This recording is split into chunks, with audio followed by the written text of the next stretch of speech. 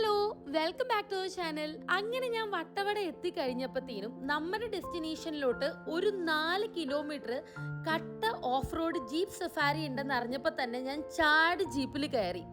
ആദ്യത്തെ ഒരു 2 മിനിറ്റ് കാര്യങ്ങളൊക്കെ ഓക്കെ ആയിരുന്നു, വലിയ കുഴപ്പമുണ്ടായിരുന്നില്ല. 2 മിനിറ്റ് കഴിഞ്ഞപ്പം ഓടുന്ന വണ്ടിയുടെയും പൊയ്ക്കൊണ്ടിരിക്കുന്ന റോഡിന്റെയും ഗതി പൂർണ്ണമായിട്ടും മാറി കേട്ടോ. അതായത് നമുക്ക് കാണുമ്പം അത്രയും ഒരു ഭീകരത മനസ്സിലാവൂല.